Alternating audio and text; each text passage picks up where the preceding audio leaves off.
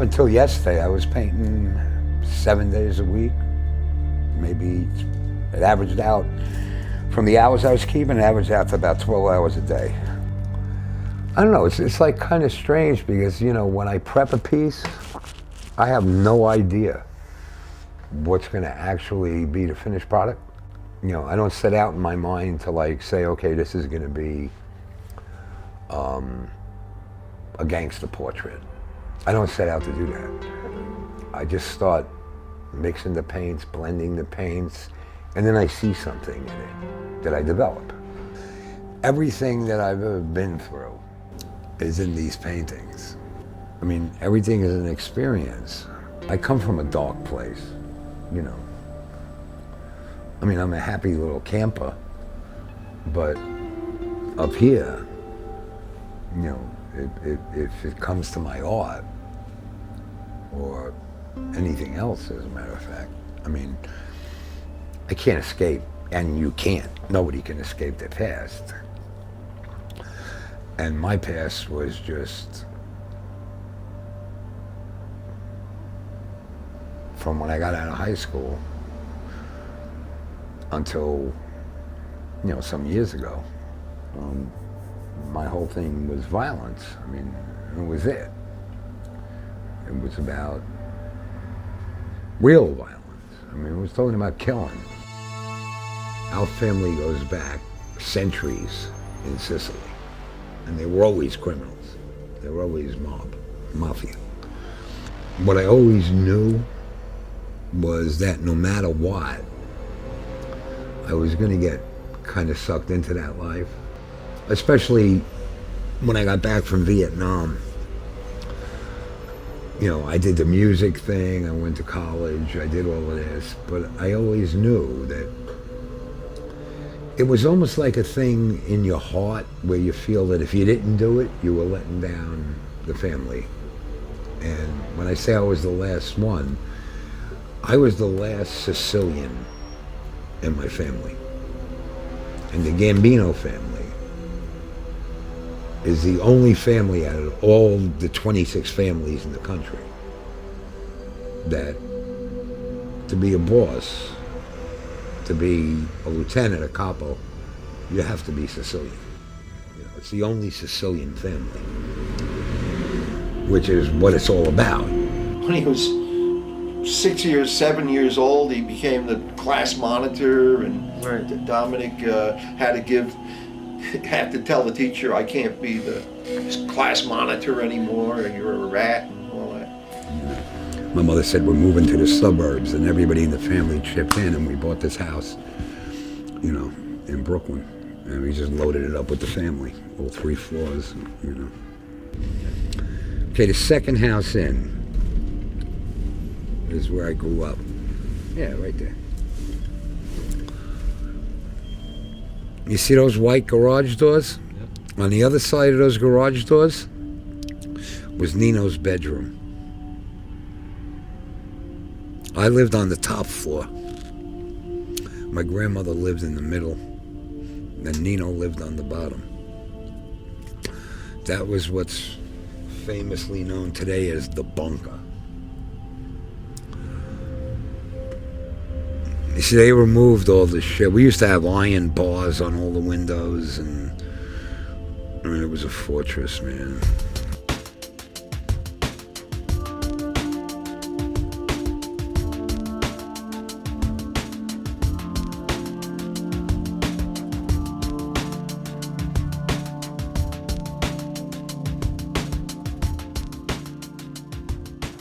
I never took like an art class in high school. Art was like for the sissies, you know, and it wasn't, you didn't take art, you know.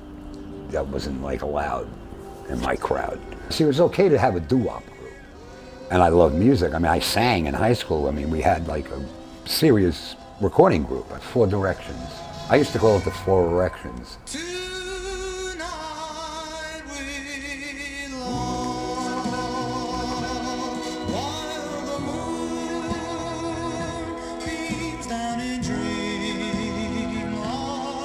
We were recorded on Decca Records, we were in Billboard magazine. You know, I mean, we did 13 television shows and stuff. We weren't like a minor group. So, I mean, we opened for the Drifters. You know, I mean, we were up there. Well, we needed like this last push, you know, to really like get up there, you know. And my family, meaning the Gambino family, they had a guy, Larry Martiri, who is still around, who ran Roulette Records, which at the time, Roulette was like the hottest label around. So I went to my uncle and I said, look, you know, we need this little bit of push. You know, if you could get us transferred from Decca onto Roulette and we record something on Roulette, that'll give us a lot more exposure. It'll give us a lot more push with the DJs when they see Roulette, you know. And he said, no, can't do it. I said, what are you talking about? You can't do it. I said, one phone call you could do it. And he said, no. He said, I don't want you in that business no more. He said, that business is all drunks and drug users and womenizers. I don't want you in that business. So, okay, great. It's okay to blow somebody up in a car, but it's not all right to sing. You know, I mean. So that was basically the end of my music. It got to a point where I was so depressed over that, I joined the Army.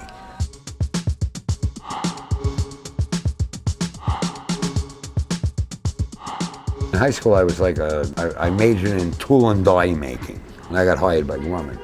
And I worked on the LEM, the Lunar Expeditionary Module. One day I was there, and I was working a horizontal milling machine, which has this white coolant that cools the, you know, the friction on the metal, and it gathers up in this big base of the machine. And this foreman, his name was Bob Jurasak, told me to clean the metal chips out of the coolant. And I said, no. And I said, I'm a tool and die maker. I don't do that. You know, you got people here, which they did. They had like, you know, people of Latin descent that were working there, did all of that. They did the filing, they did all that. He said, no, you clean it. And I said, I ain't fucking cleaning it. And he said, well, if you don't fucking clean it, you're not, this was his line, you're not getting your turkey for Thanksgiving.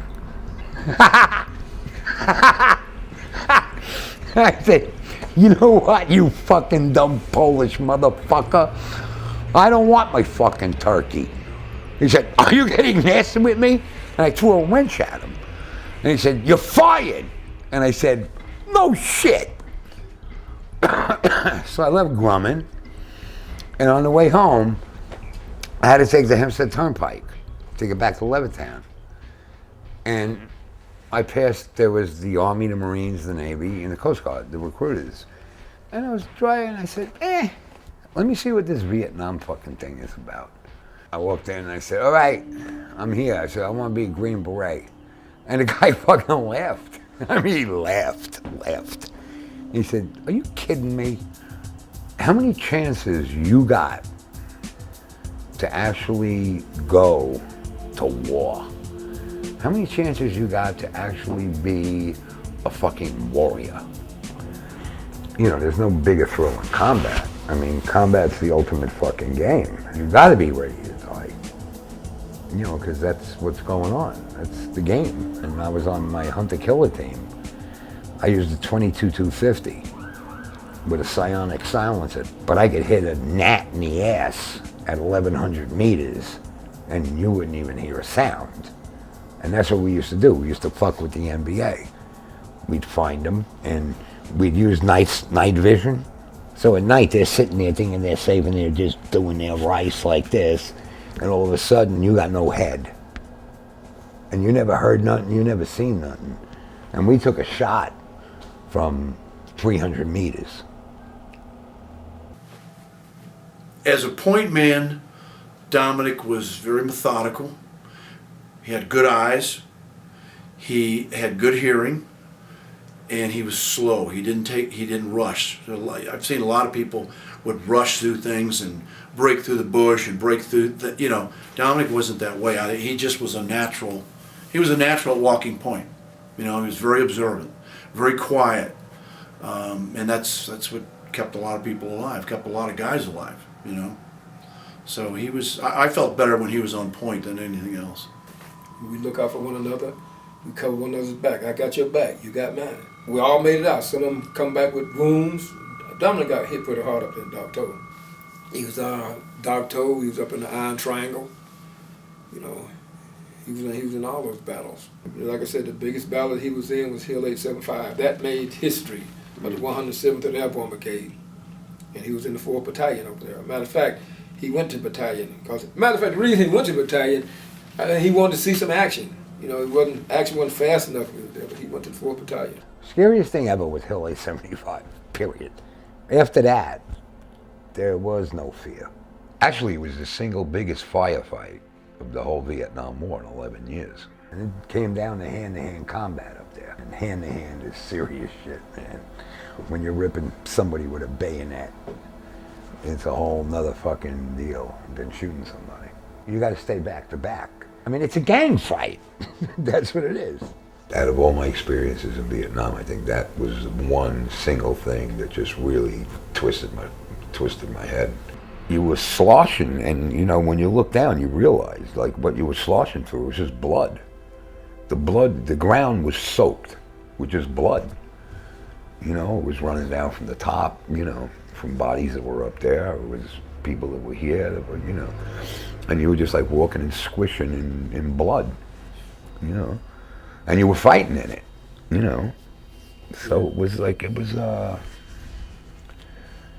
horror show.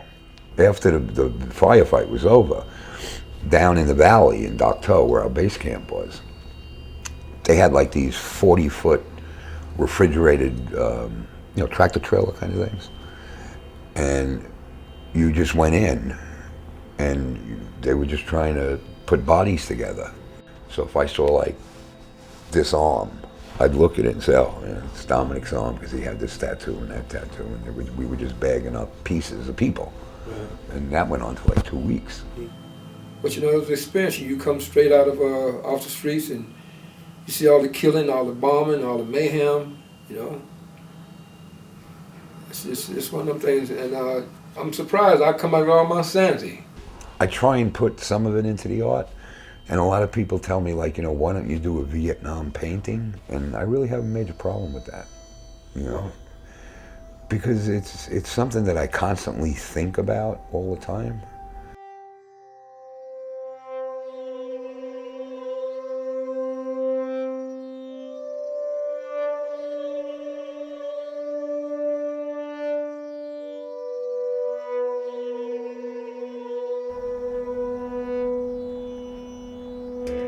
When I got out of the Army, got married, moved out to Berkeley, but I was like the anti-hippie because I couldn't get into debates with those people because I'd get so violent that they would like leave, they'd run away, you know, certain things I could put up with, like the protests, and there was other protests that, you know, I had no problem with. But when I seen that Viet Cong flag, you're gonna see one crazy motherfucker dive into you. Fuck the sheriffs, man. Oh, I went through them like a fucking knife with butter.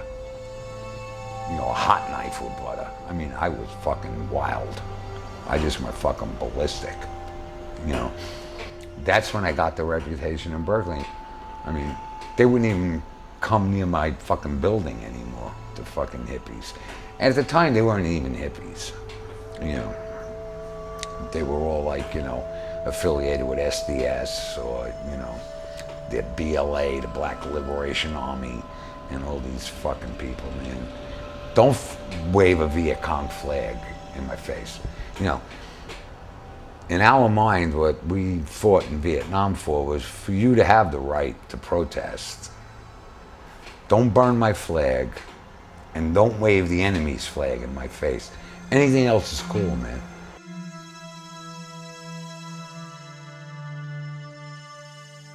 We only had heard the guy sing. He never took music lessons. All of a sudden he's playing piano, composing music, and playing saxophone. He was playing with the reed backwards and still getting sound that he taught himself. I mean, we know the guy, you know, you could sing, but you know, all of a sudden you see him stepping out in another direction. He's writing music, you know, he's singing, he's composing, he's playing two instruments, just like that. I mean, the guy only fucking sang when I left him in high school. I was a music major. You know, did music composition and all that. Then one day, went to see The Godfather, and it was almost surrealistic. Because when we walked out after seeing the film, it's like kind of like we just kind of looked at each other and said, "It's time to go home." And you know, that's what we did. We moved back to Brooklyn, and that was the start of this whole fucking mess, which is called my life. You know, basically, you know, that's what it was. I didn't decide I was going to enter into a criminal thing. When I came home, you know, when I decided to come back to New York, it wasn't, I had no intentions of coming back to New York and becoming a criminal. I came back to New York because my mother was dying. All right, that was number one. My mother had Hodgkin's disease. We were in Vietnam together. You know, you got a bunch of guys sitting around in the bush or in our base camp, and we'd drink a beer and be talking, and he explained to us his family about his Uncle Nino. So we knew all about that. You know, I'm a kid from the suburbs of St. Louis. I went to Catholic schools and Catholic college and everything else. This was an alien to me. I didn't understand it. But I mean, it was obvious he knew what he was talking about. And we got to be closest friends. Him and Macabre and I were the closest friends. And no, I thought it was probably a natural progression. He probably had no choice. And Nino grabbed me one Sunday and he said, you know, now you got to get serious. You know, he said, you got a kid coming on, you got a wife, you're going to have a family. What do you plan on doing? And I said, you know, to tell you the truth, I really don't know. He said, well, look, he said, I got this chance to buy this car service. He says, I'll buy it. He said, there's this other guy there, Nicky D'Amato. He's putting up half the money. I'll put up half the money, and you and him could run the car service. It was Plaza Car Service on Avenue U in Kings Island. That's where I first met Roy Domenic. Will you stop with that camera, Freddie? This guy's nuts. Harry wants some chicken. Come on, Freddie, will you stop? I'm gonna shoot you. Nino had driven his brother's wife to the grocery store on Bath Avenue. And she got out of the car. She was very good looking, my aunt. And she got out of the car and there was a bunch of guys hanging out there and they made a comment. And Nino jumped out of the car with a hammer and started trying to beat them. And this one guy hit him and broke his nose. 12 years later, he said to me, he said, you know, we got to whack this guy. I said, for what? He said, he told me the story. You know, 12 years ago, blah, blah, blah. I said, 12 years ago, you broke your nose. Now we're going to kill him? And he said, yeah, but you got to do it. I said, why? And he said, because if you're going to be in this thing, you got to, you know, you got to make your bones. So what happened was, his car was parked on 20th Avenue and Bath Avenue, like a block away from the 6-2 precinct.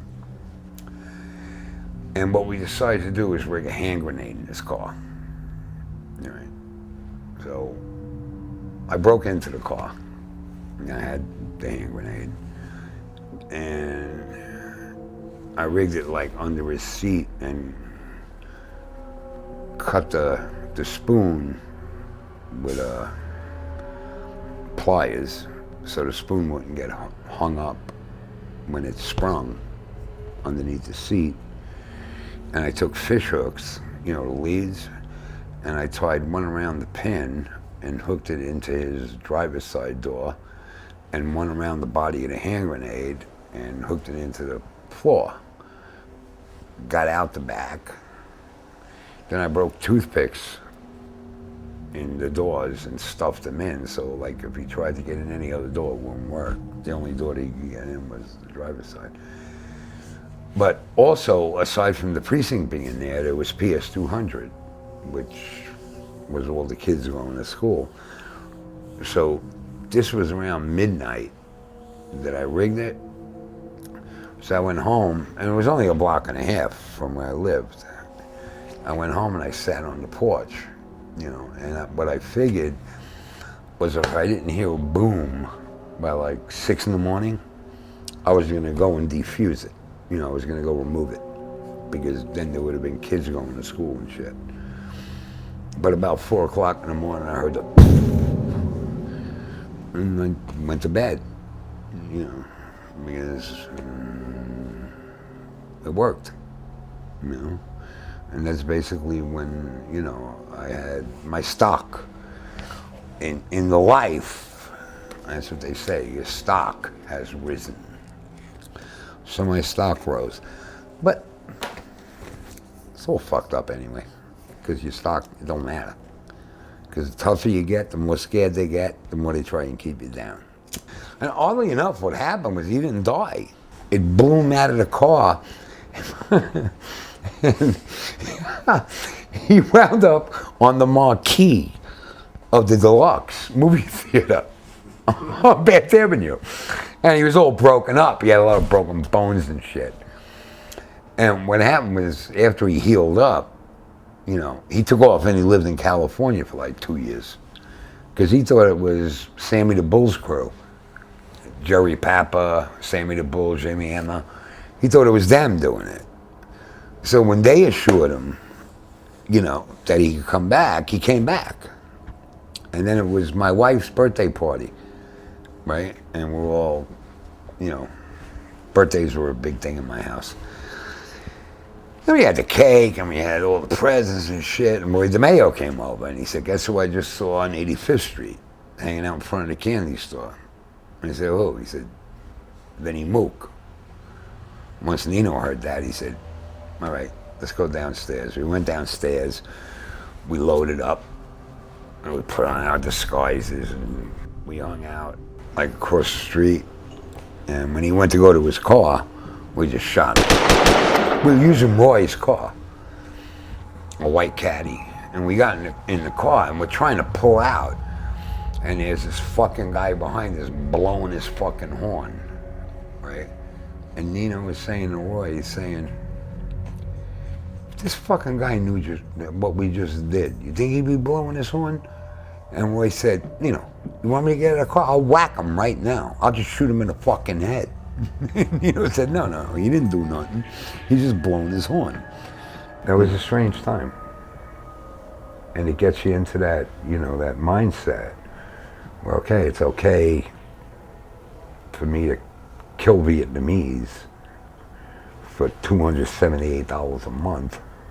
But it's not okay for me to kill people that are trying to kill me back here in the States, where I can make some real money. You know. There's a difference. When Nino and Roy come up to you and say, we're going out and get this guy, I mean, You don't say you either did it or they're going to get you. Right. There was no decision, there was no choice, there was no time to make an excuse. You're there. So in that case, you had no chance.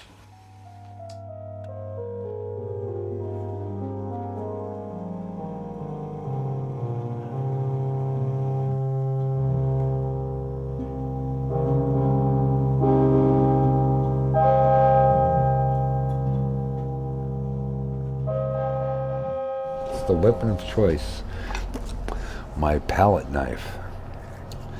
I switched from a 45 to a palette knife. I mean, you're not allowed to kill a guy in front of his wife or his kids, you know, or you get killed. You know, I mean, there's rules. They have serious fucking rules, and they enforce them. You know. And I think it's probably because they all know they're either going to get killed or go to jail, and they don't want anybody killing them in front of their wives and kids. I never killed anyone because I was pissed off at them. It was always business. you know. And you know, what a lot of people don't realize, like, you might have killed people, but on the other hand, what they don't realize is that, those people were looking to kill you too. So that was the business. That's the life we chose. There's the family, La Familia, the Bogata. Inside of the Bogata, you have crews. I was the overseer of a crew. The DeMeo crew was, aside from being big-time money makers in every type of racket you could think of, they were also all killers. The type of killers that dismembered bodies and made them disappear. They hung out at the Gemini Lounge. I used to call it the Horror Hotel. Because you never knew what the hell you were going to find in there. Because they were just crazy. They just loved chopping bodies up. That's what they did. The DeMeo crew basically was the nucleus. I mean, there was probably 20 of them, 25 of them, that were all capable of killing. But the hardcore core of the DeMeo crew was, of course, Roy DeMeo, Chris Harvey Rosenberg. Then there was the Gemini twins, Anthony Senta and Joey Testa, Henry Borelli, Joey Dracula, Joe Guillermo, who was Roy's cousin, Danny Grillo, Carlo Profeta. Vito Arena probably rounded out the hardcore inner core of the DeMeo crew. Nino would spend 5-6 months out of the year in Florida. So I had to basically oversee the crew and report to him what they were up to. I would collect money from them on Friday nights and go to Paul's house on Sundays, Paul Castellano. I go to his house in Staten Island and deliver the money and the slips and what this was from, and then eventually, after Nino opened up, not opened up, but after he had to be at the club on 86th Street all the time, he got kind of paranoid about going to the Gemini when he was here. So I was the only one that went there. That's how I got to kind of know what was going on, especially from Henry and Danny. I used to go there 3 times a week, 4 times a week, and I could walk in there and just tell if they hadn't killed anybody lately, because they'd all be depressed. They'd all be just sitting around moping, But if they had just done some work, they were all they were still on the high. Did you meet my friend Ben? He's one of the Dover brothers. Ben Dover? Dover. The agent, I think I had the machine on all the while. Really? In 1975, they whacked this guy, Andre Katz. It was an auto prime thing. They were all involved in auto prime. Chris Harvey Rosenberg, Andre Katz. They thought Andre Katz was going to inform against them. What they did is they got this girl in Manhattan, who was living in Manhattan, to make a date with him, and he came to pick her up. And when he did, they kidnapped him. And they took him someplace and they killed him. Then they took him to a supermarket in Queens. Cut his body into all different kinds of parts, basically on the bandsaw in the supermarket. They took him to a pantry pride in Queens, and they chopped him into pieces. But before they did that, they put his head in a trash compactor. That's how they killed him. When they found the pieces, the coroner put him together in the back of the parking lot behind the pantry pride. So you see an arm over here, an arm over there, torso, legs over there. And then you see the head. It looks like a fucking pancake, And that was my first contact with the DeMeo crew, with Joey Testa and Anthony Senta. And how I became involved in that is I was working in the Son of Sam case out of the I guess it was 101st Precinct in Queens, in the 15th homicide. And I was reading some of the old cases, and I read that one. And that's how I first became aware of Joey Testa and Anthony Senta and Roy DeMeo. You had Anthony and Joey, who were the butchers, and Roy DeMeo. Roy DeMeo was a butcher. That was the first one they did. And then they learned a lesson, because what they did was they threw the parts in a dumpster. And some guy walking his dog pulled out a fucking arm and came running up to the guy with the arm, and the guy called the police and they found the body. So what they used to do after that was they take them apart and put them in garbage bags, the parts, individually, and put those in cardboard boxes and put them outside in the dumpster of the Gemini Lounge. And one of them's cousins owned a carting company, and they'd call for a pickup, pick up the garbage, bring it to the Fountain Avenue dump, and nobody could find the bodies then. Because there was, I mean, when we came to trial, there was 250 homicides charged. You know, Roy alone had at least 50. Chris had to have that number. Art Ruffles from the FBI said he was the head of the FBI part of the Organized Crime Task Force. He said, we've never had a case in U.S. history where there was 11 serial killers altogether. You know, they had it down to a science. You know, I mean, they enjoyed it, you know. I mean, I did certain things on the street that I had to do, but I can't say I enjoyed it, you know. But, you know, I mean, I walked in there one night, because on Friday nights we all used to eat in there. And I walked in there, and the dining room was here, the kitchen was here, and the bathroom was here. And you could see in the bathroom there was 2 naked bodies hanging, you know, in the shower by their feet with their throats cut. And they already bled out because there was no blood coming out. And I walked in, and, you know, there was a spaghetti and everybody's eating and stuff like that. And I looked into the bathroom, and I told Roy DeMeo, I said, "The fuck is that?" He said, "Ah, don't worry, they're not staying for dinner." You know, that was their humor.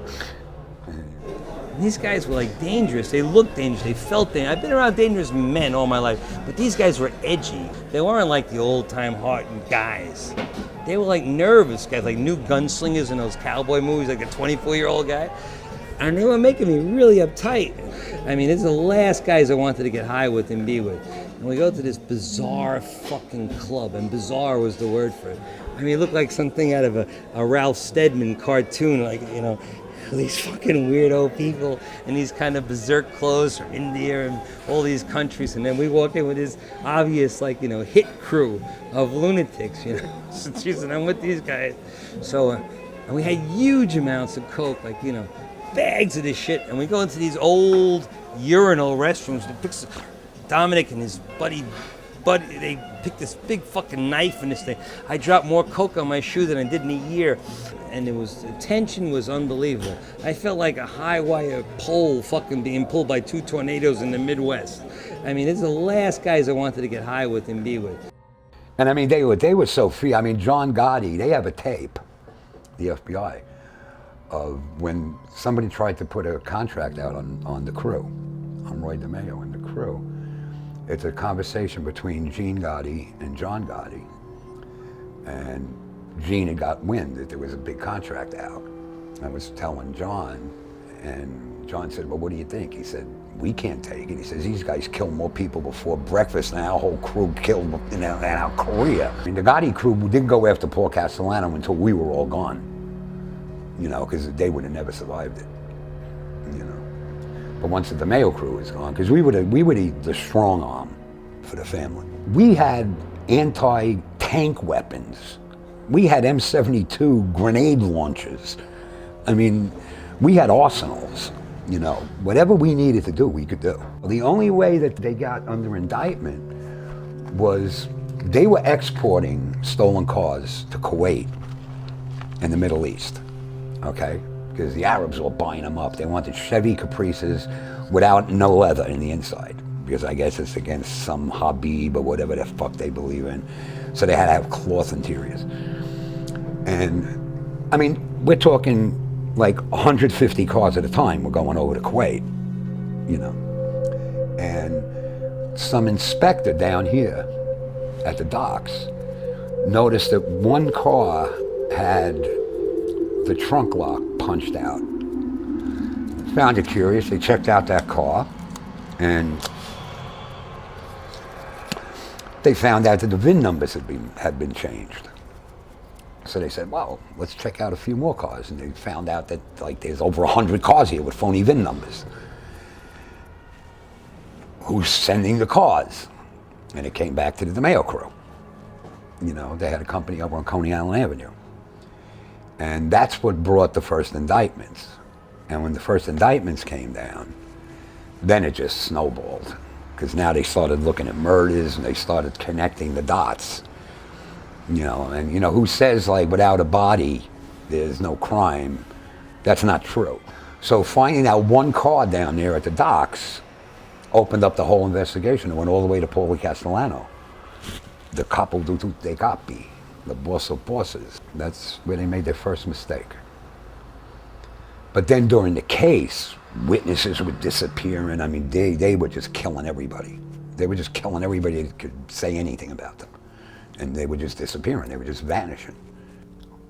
Something I feel like really bad about was the Danny Grillo story. You know, Danny was a very, very good friend of mine. We moved a lot of cocaine in New York City together, me and Danny. Danny had a really serious gambling problem. One night he went down to Mulberry Street to a crap game that was run by Matty the Horse.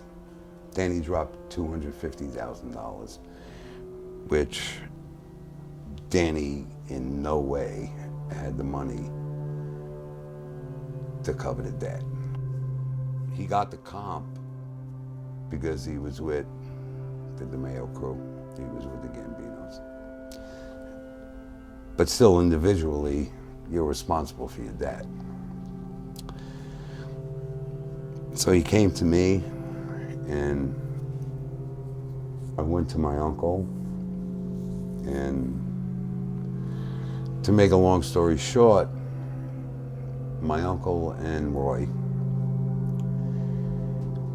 covered the debt. And the thing that they told Danny was, you know, we covered the debt, but there is no more gambling. It wasn't a long time afterward, maybe 3 weeks, if not less than that Danny came to me. He came to my house and told me he had dropped $110,000 in the same game, in Matty's game. You know, and I said, Danny,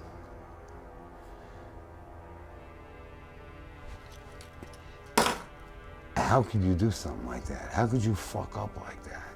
You realize what a fuck up this is? And he was just,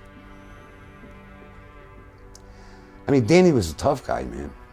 Danny was a fucking bank robber. Danny was a kidnapper. Danny was a killer. He was reduced to a blithering idiot. I mean, he was at my house crying, you know. And I said, look, man, well, you know, I don't know what they're gonna do, but I don't know how we're gonna straighten this out. And I said, look, all you can do right now is go home, all right? Let me talk to my uncle and let me see what I could do. At that time, Danny was under some serious pressure by the law because he had killed Ruby Stein, which was one of the biggest loan sharks in New York City and very close with the Gambinos. When Danny left that morning, you know, I had to go down and talk to my uncle about it. And my uncle was asking me, he says, well, you know, how could he do this again? I mean, he just lost $250,000. They paid his debt. Now he's gonna lose another $110,000, knowing that he could die over it. And he's asking me to save him. And at that point, there was maybe something I could do. I had to tell my uncle, look, I'm washing my hands of it. You know, I mean, Danny's fucked up, and this is going to go on. And because of the heat that was coming on him from the feds and NYPD, organized crime, about the Ruby Stein hit, I said, if they grab Danny right now, he's going to rat. That's all I had to say. By the next morning, I was getting phone calls from his wife. Danny didn't come home last night. And you know, I just knew Danny was gone at that point. You know, and then I found out that they had parked his car on the Brooklyn Bridge and left the passenger side open, so like to make it look like he slid across the seat and just jumped off the bridge. But in reality, I walked up to the Gemini the next day, that next afternoon, and Chris was walking out of the Gemini. And I hadn't known at that point about the car on the bridge and stuff like that. And I walked by Chris because I had already, that morning, Angie was calling me. So I went there to find something out. And when I walked by Chris, I said, you seen Danny? He said, no, do you see him no more? And he just kept on walking. So that's when I knew, you know, Danny got whacked.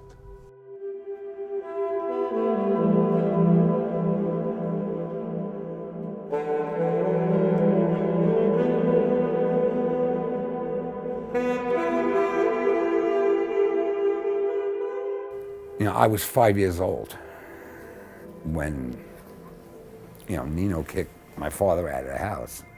My father had done a little bit of this and that, you know, for my uncles, but they wanted him, they had this insurance scam going, and they wanted him to crash this car on 86th Street under the L and he wouldn't do it. But after that happened, they got so pissed off at him, you know, my Uncle Roy and Nino, that they started telling my mother, you know, you got to get rid of this guy and he can't live with us no more. He's like a drunk and he's this and he's that. I know they threatened to kill him if he didn't leave. Oh, I remember when my father was there, and then I remember when he wasn't there. And when he wasn't there, Nino took over. He became my father, but he created this monster. But as an 11, 12-year-old, you don't realize what they're doing to you. You know, it was almost like a cult thing. You know, they're just shaping you into what they wanted you to be. You know, his big mistake was he just shaped me into the wrong person. And my mother always told him that. My mother said, do not let him get involved in this life because he's not going to listen to anyone. So, I mean, I got fed all these lies all my life. By Nino, by my grandmother. His father died of heartbreak. I think when Marie, Dominic's mother, passed away, his father would sneak into the church or the mortuary and they'd let him visit. He died shortly after that. He loved Marie, and that was part of the family, drove his father out. But they also told Domenic a whole different side of it, a whole different story.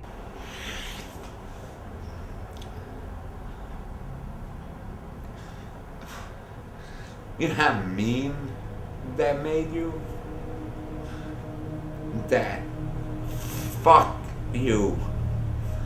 You know, it was like, now it was down trying to just be a fucking killer.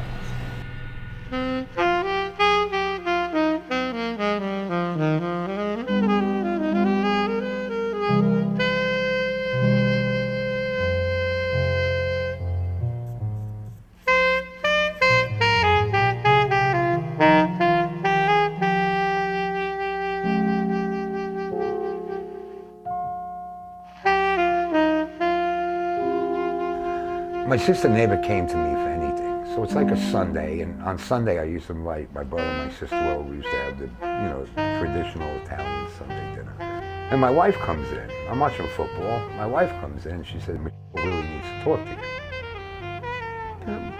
It's my sister, tell her come in. She said, no, this is really serious. I said, well, tell her come in. And she came into my little lounge, where I had my TV and stuff.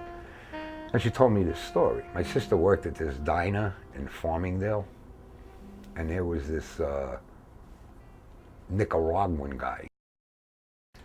He wanted to go out with her. He asked her out on a date. And she said, no, I'm not going to go out with you. Blah, blah, blah. Finally, he tells her that he's an ex-Sandinista rebel hiding in the United States. And if she doesn't go out with him, he's going to kill himself and her. And I said, what? And I could tell my sister was really scared. She was young.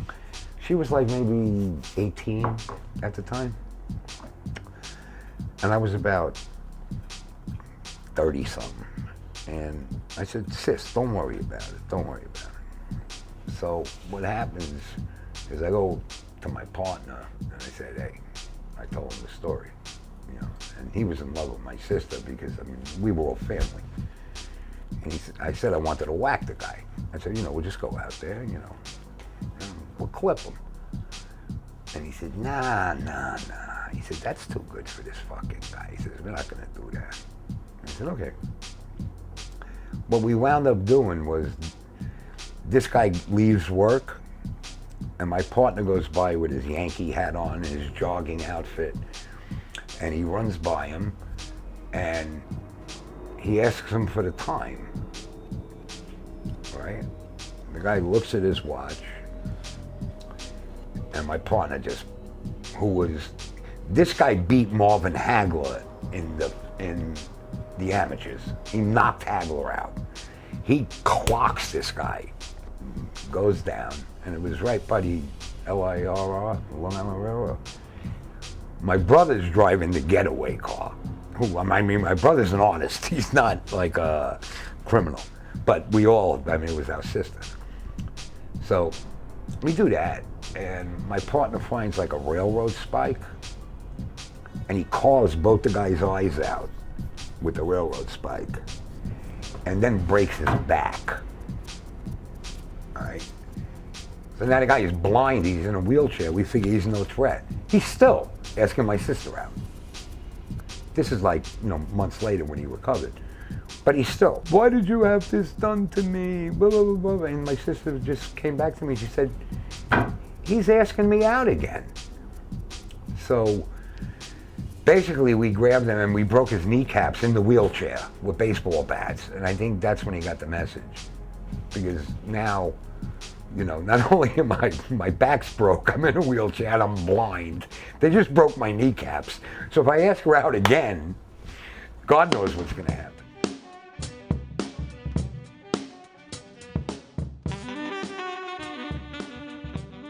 Well, when I got passed over, getting made,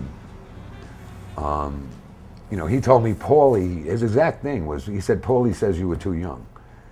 And there was guys younger than me getting made. So I knew right then it wasn't Paulie.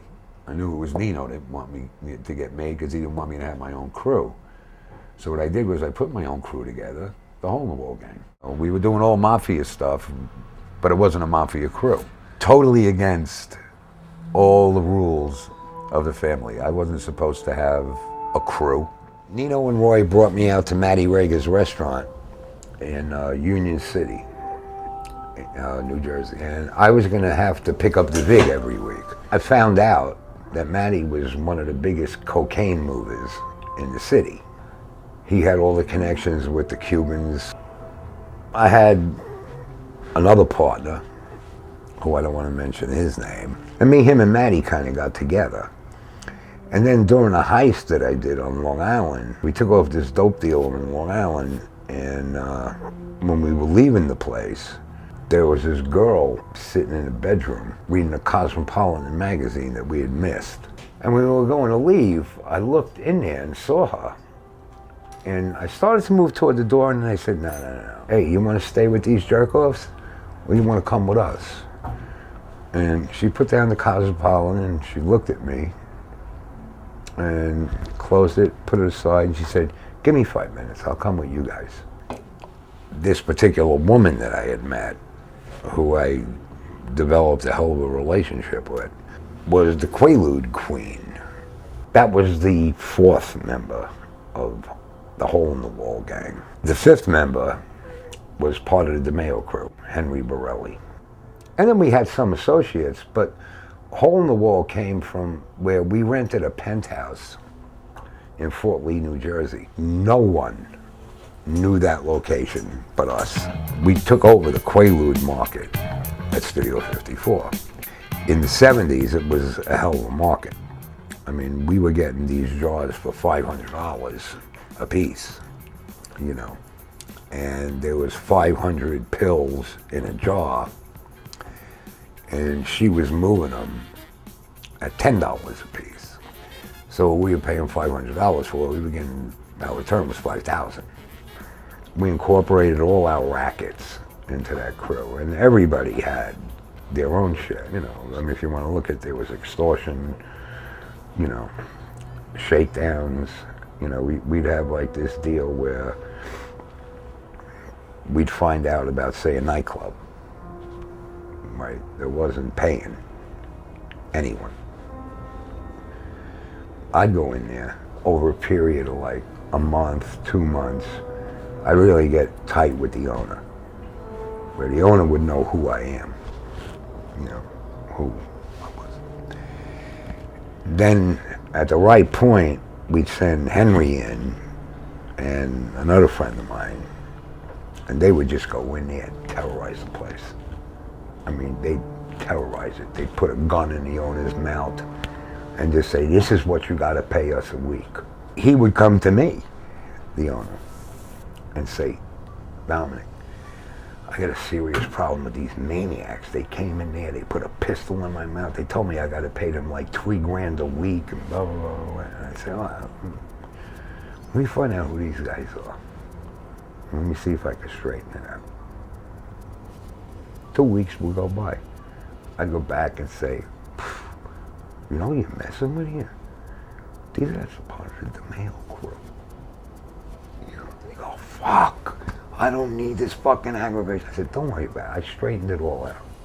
He says, you mean I don't gotta pay? You don't have to pay the $3 grand a week.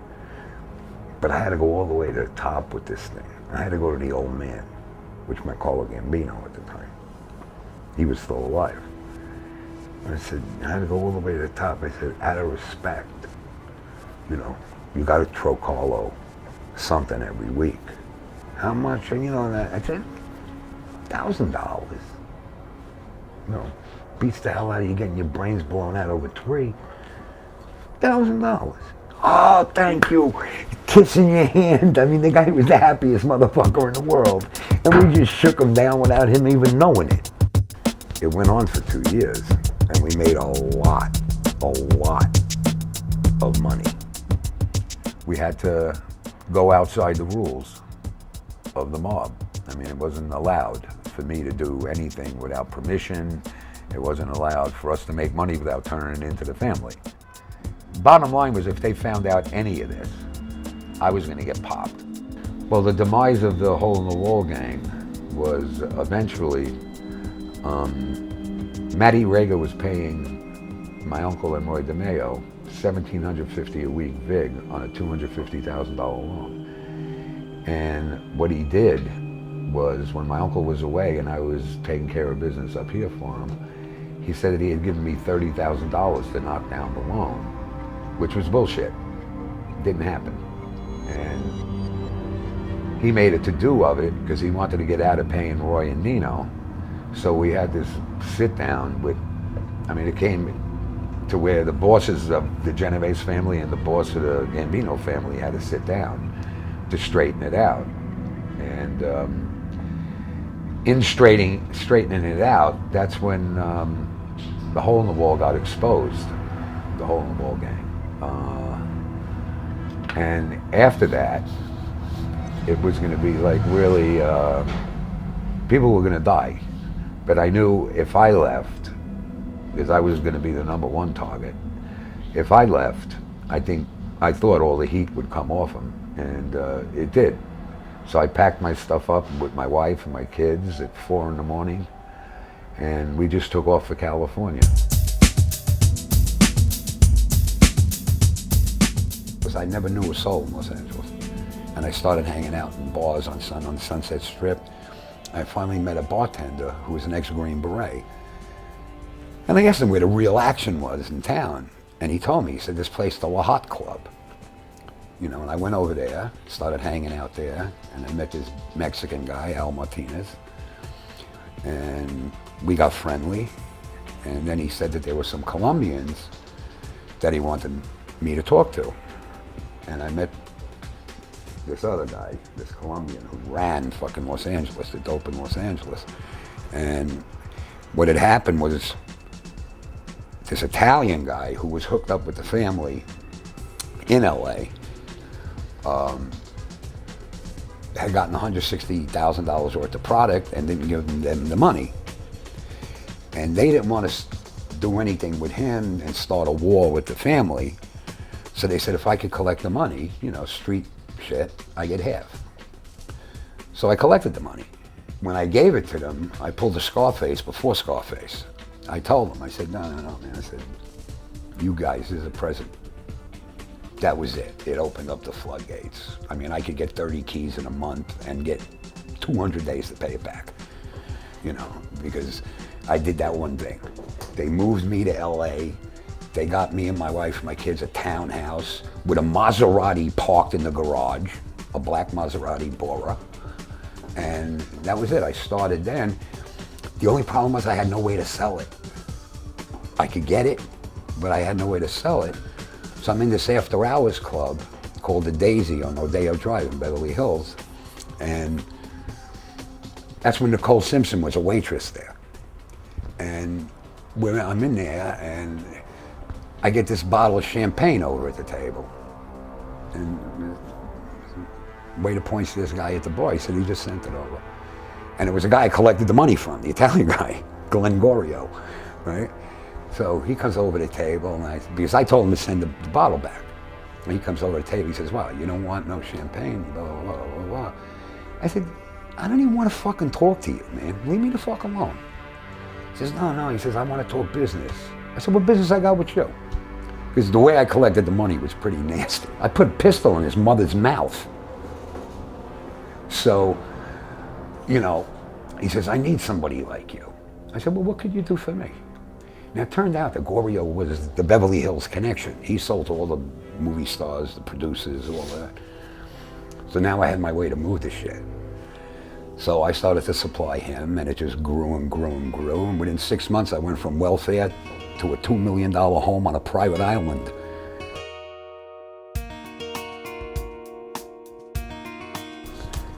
You know, we used to have, I had a company I put together called Canterbury Pest Control. Angelo Brown and Sinkford Langston. Sinkford Langston, he was like an underboss with the Crips out there. We started doing jobs together. You know, we started doing heists of drug dealers and shit. And that's how we got together. And then we were talking, and I said, look, you know, I could definitely do better than what you guys are paying over here. And I started to just supply them with the shit, and they had the factories. I mean, they were cooking, you know, sheets of this stuff, you know, so it was pretty lucrative. One of my friends had this ex-hooker girlfriend, high-class ex-hooker, and there was this big-ass pimp in Los Angeles. His name was Tootie Roth. Big old hamster, looked like a wall when he moved, right? And he had robbed her grandmother's diamond ring while she was working for him. So she had an attitude about him. So, you know, we're talking one night, and I'm telling her, I said, Joanne, you know, what about this guy? Well, and she's telling me everything. He lived in a mansion in Bel Air, right? But he didn't own it, he rented it. So she gives me this whole fucking spiel about how he keeps all this cash around and blah, blah, blah, blah, blah. No. So me and Langston and Angela was sitting down one night. I said, there's this fucking hamster up there in Bel Air. I said, I think we should take him down. I heard he's got a lot of cash up there. So he said, yeah, we're down, blah, blah, blah. I had to figure out a way to do this. So I said, aha.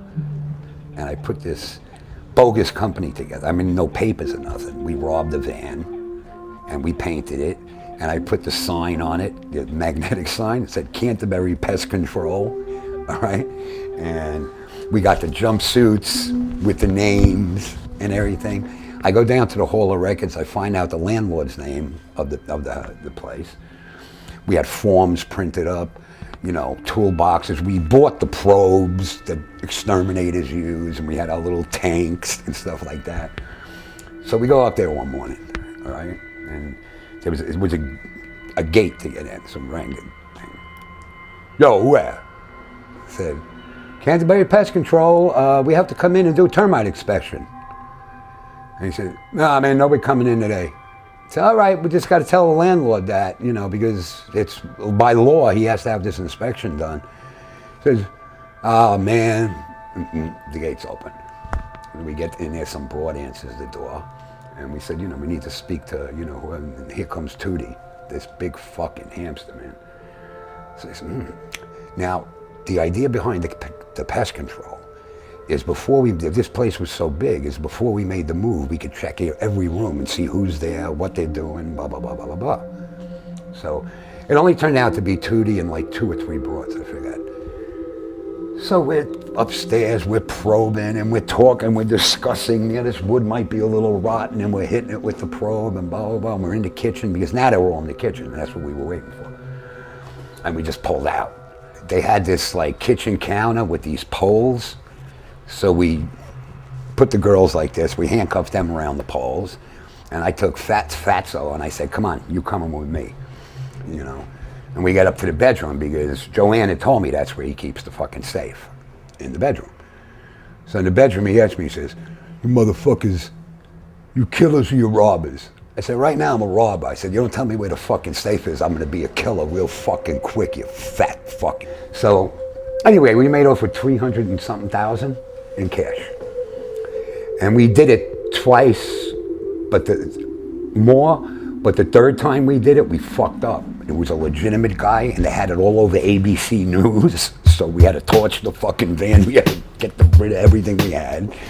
I mean, I look back today and just say, what a sick fuck you were. You were just out of your fucking mind. You were running with the hamsters, you were running with the fucking Spicks, you were running with these guys, those guys, the mob guys. It was just like I was just out of control. But everything I did was working except for that cocksucker, Winnick. I loaned money to a guy, right? This guy who's a big realtor now in Manhattan, Jeff Winnick.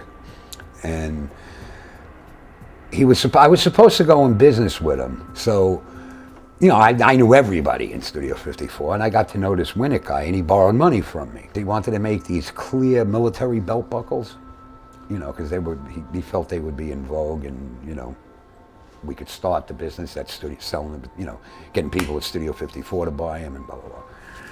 So I loaned him $20,000 to be a partner with him. And he goes and he buys I forgot how many jars of Quaaludes off the DEA.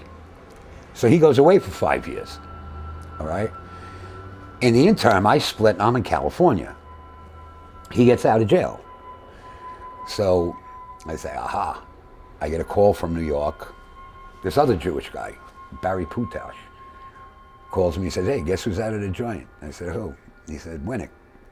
I said, oh, okay. So I brought my penthouse pet of the year with me because I knew his weakness was women, all right? And this escaped killer from Canada, a French Canadian, right, Val, right? And he escaped from a Canadian max security prison.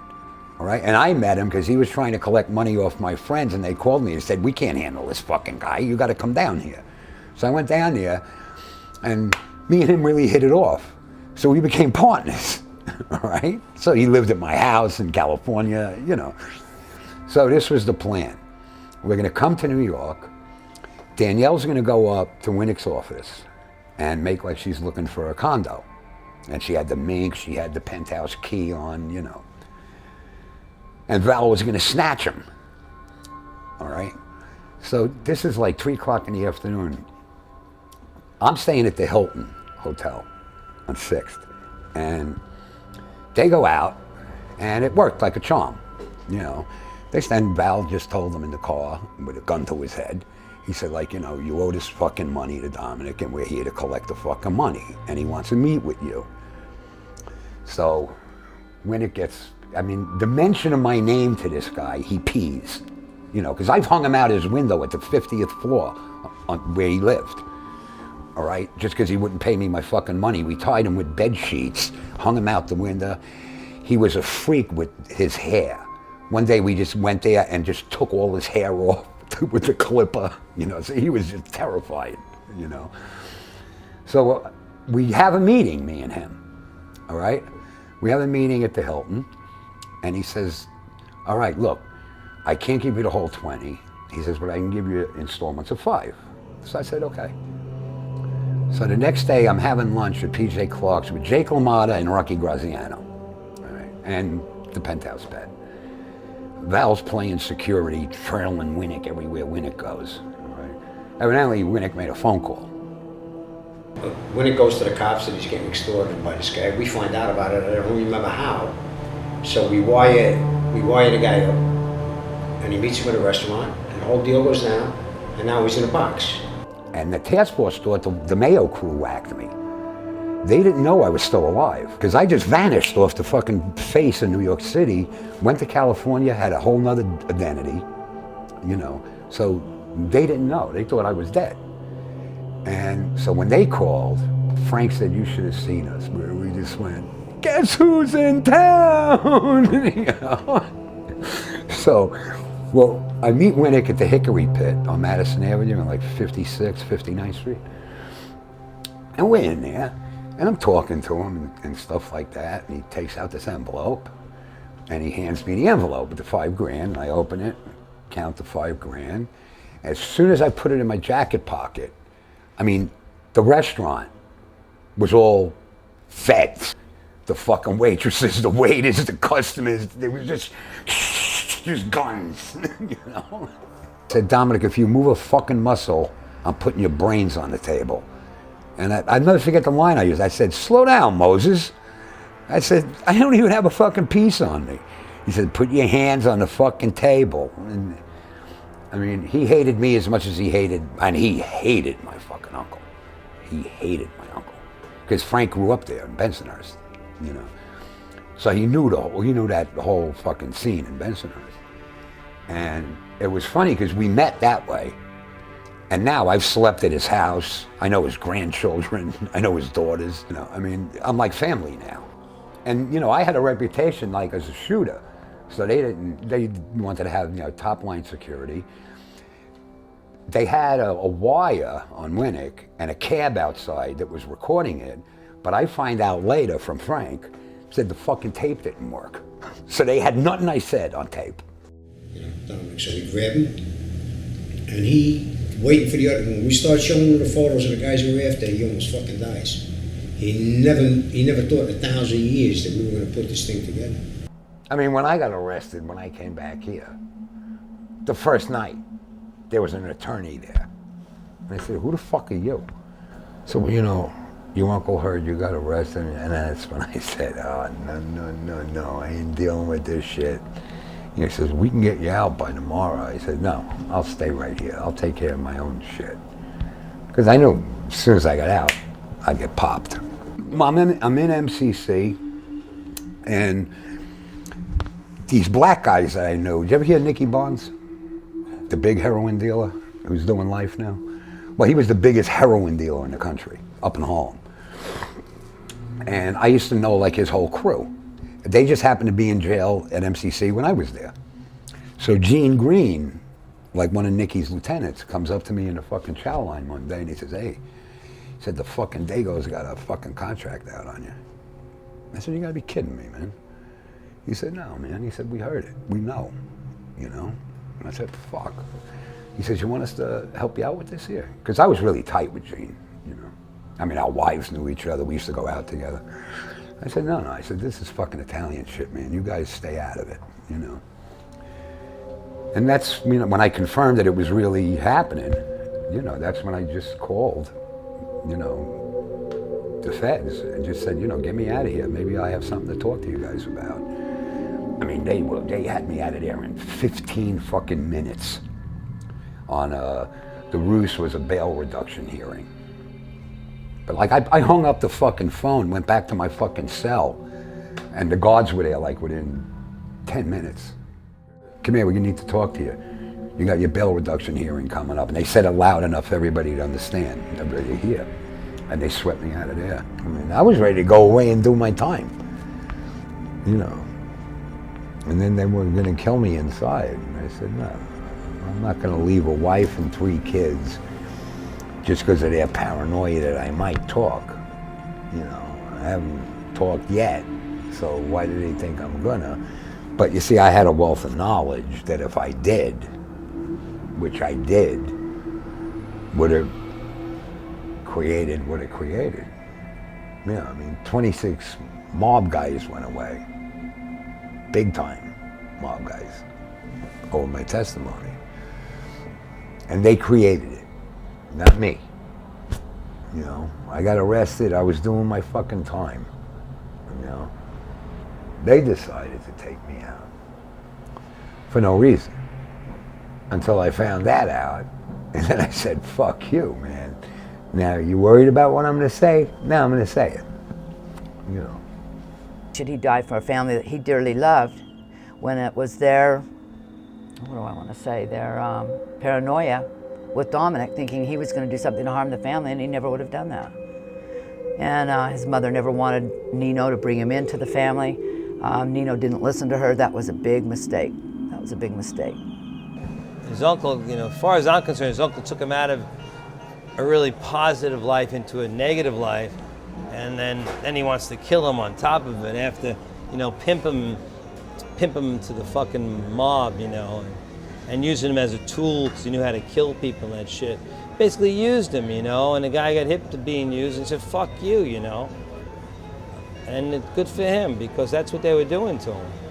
You know, they were fucking, you know, using him like a fucking rubber.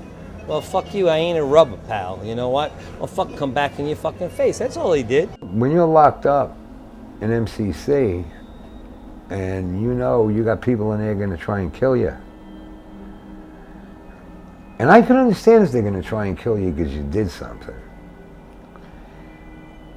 But when they're gonna try and kill you for what they think you might do, then all the fucking rules are off. You know? All the rules are off, and that's really important. Because that's what caused me to do what I did. You wouldn't have 90% of the guys that flip without that. If they would have just left them fucking alone, you know, when they played those tapes for Sammy, what John Gotti said, that sealed Gotti's fate. Because he had to fucking say the shit like that. You know. So it's like, but that's how I got arrested. That's how I met Frank. That was my first encounter with Detective Pergola. That was a horror. I mean, that was a couple of weeks of, I mean, we had him, his wife, his 3 children, and there were, I think, 2 detectives, me and my partner, Ronnie Cadell, and there were, I think, 2 IRS agents, and the FBI would come up once a week, and maybe Kenny McCabe would come up once a week from the U.S. Attorney's Office, you know. But other than that, you know, we tried to make light of the situation. We had a lot of laughs, you know. But it was a dangerous situation. We were up there with a lot of heavy arms, and there was a point where we got word from New York that they were coming to get us. So we had to pack up and get out of those trailers, you know. And I think from there we moved up to Connecticut someplace. We stayed there for a while. Once we got on the witness protection program, you're not allowed to call anyone, so, which meant my wife couldn't call her mother. She couldn't call her father or her sisters. If you do want to speak with a relative, you got to call the marshals, and they have this elaborate phone thing that goes through Washington, and it's scrambled, and so nobody could trace your phone calls and stuff like that. It's basically an impossible way of life if you adhere to all their rules. So of course you don't.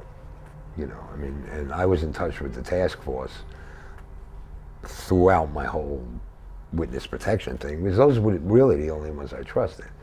They do give you $1,500 to buy a car.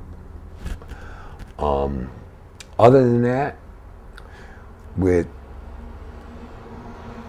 2 kids, and my ex-wife had 1 in the cooker, our allotment was $1,400 a month, which you had to pay rent, you had to buy food, you had to buy furniture. So it's not like where, where people think, oh yeah, they're being, it ain't that way at all. It's suffering, I did have a problem with making money, because they give you no job history. They don't help you find a job. So you can't really go to an employer and say, well, yeah, I worked here, or I worked here. Not that I ever did work anywhere, but you couldn't even fake it. And you think every day about going back to your life of crime. But in my case, it had to do with, I gave my word to the task force that I was going to stay out of trouble. And I did, up until today. I haven't, and I've had plenty of opportunities, and I haven't done, I got a parking ticket on my Harley in Seattle. That's about the biggest run-in with the law I had since 1983.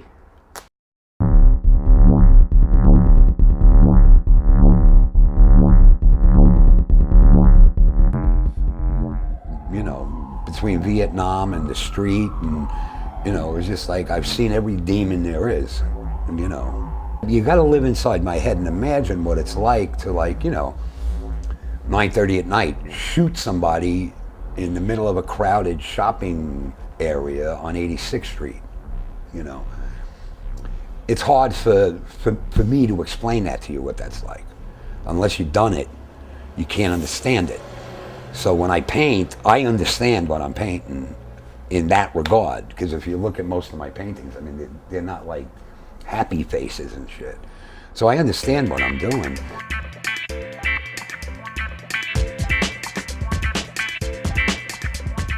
The first name I had, Domenic D'Angelo, Bob Russo, where I was Chad. Imagine me being called Chad. But it's a goof. When you play with these names, it's a goof. Because you get the name, you get the social security number, you get the whole thing. I was Chad Allington. Imagine me in Birmingham, Alabama, with my accent being called Chad Allington. But that's part of the goof. So after I was Chad, they moved me to Jacksonville, Florida, where I was Rocco Russo.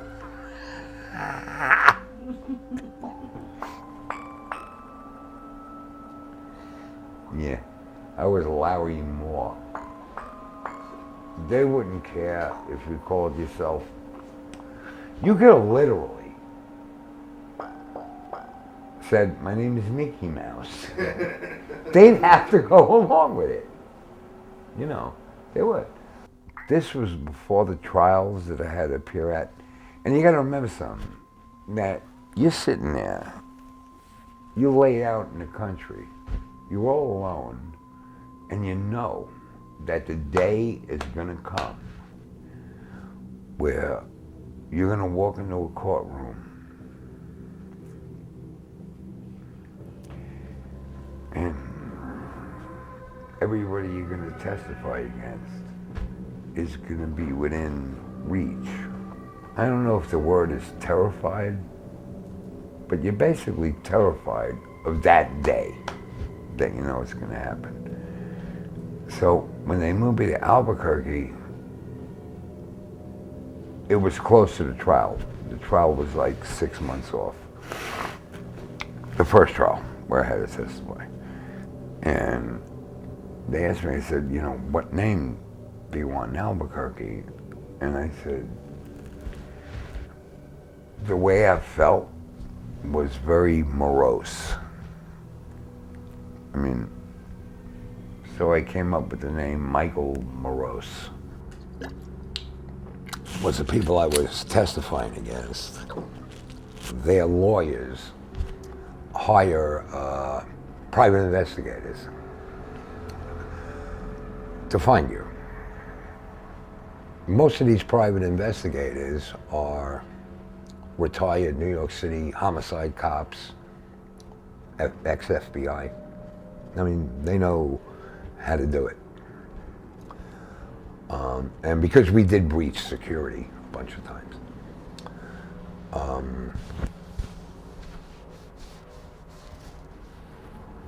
they found out where I was, where they had moved us to.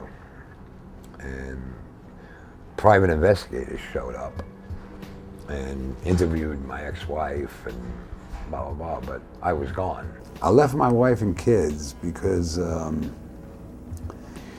basically my wife threw me out because she couldn't handle it no more, the situation we were in the witness protection program. So what I did was I just left. And by leaving, I was basically a wanted man again because I wasn't in the program no more.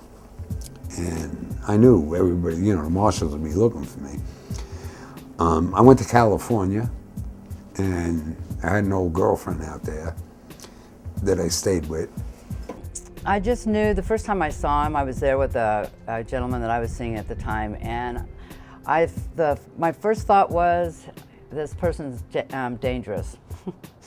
And then it took like a couple of times of running into him that I kept seeing him. I knew I was going to have something to do with him and be involved with him from that point on. I was a big weightlifter then. And you know, I'd go to the gym, and I got a job in Albuquerque, New Mexico, which was another one of my stops as a personal trainer. And I met Susie Cream Cheese, who was, till today, one of my main squeezes.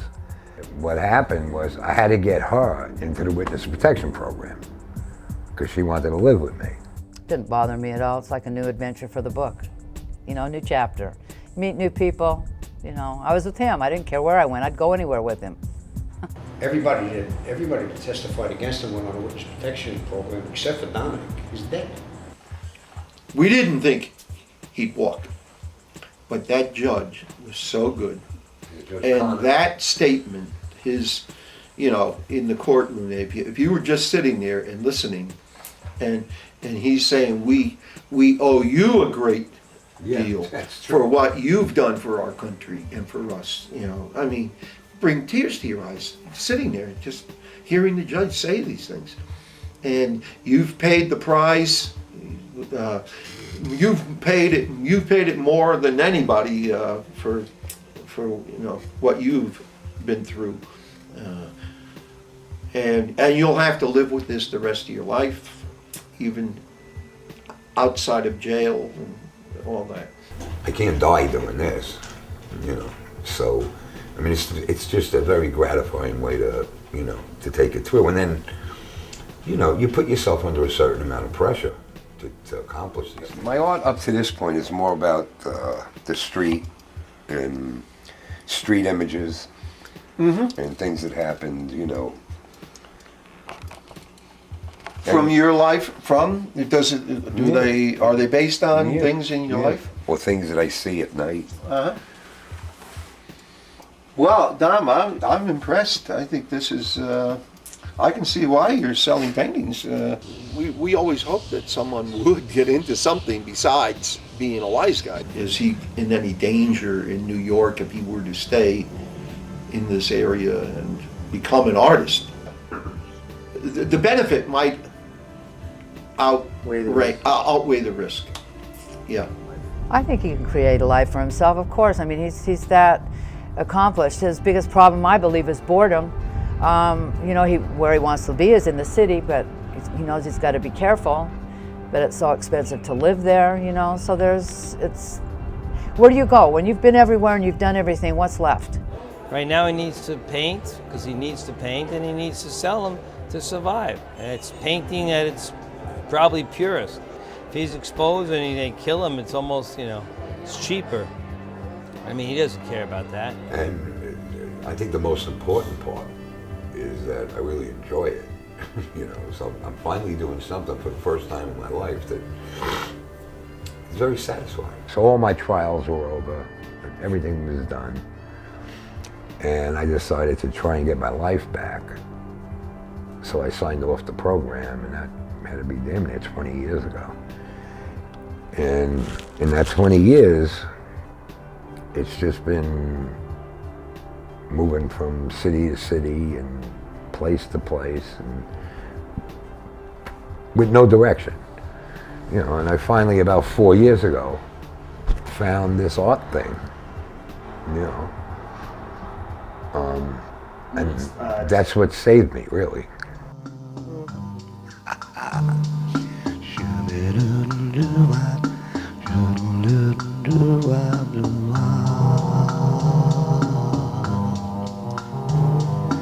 Those times that I'm alone, I think of you and I start to cry. I get tears in my eyes when you're not there. When I feel so all alone, I can't make it stop. I can't make it stop. Be on my own.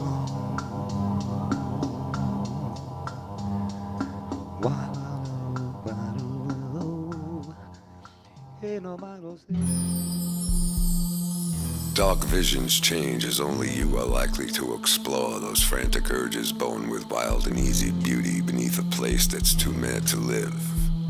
For some it's heaven, for others hell, but for all it's a place on earth, a divine right, whatever the fuck that means.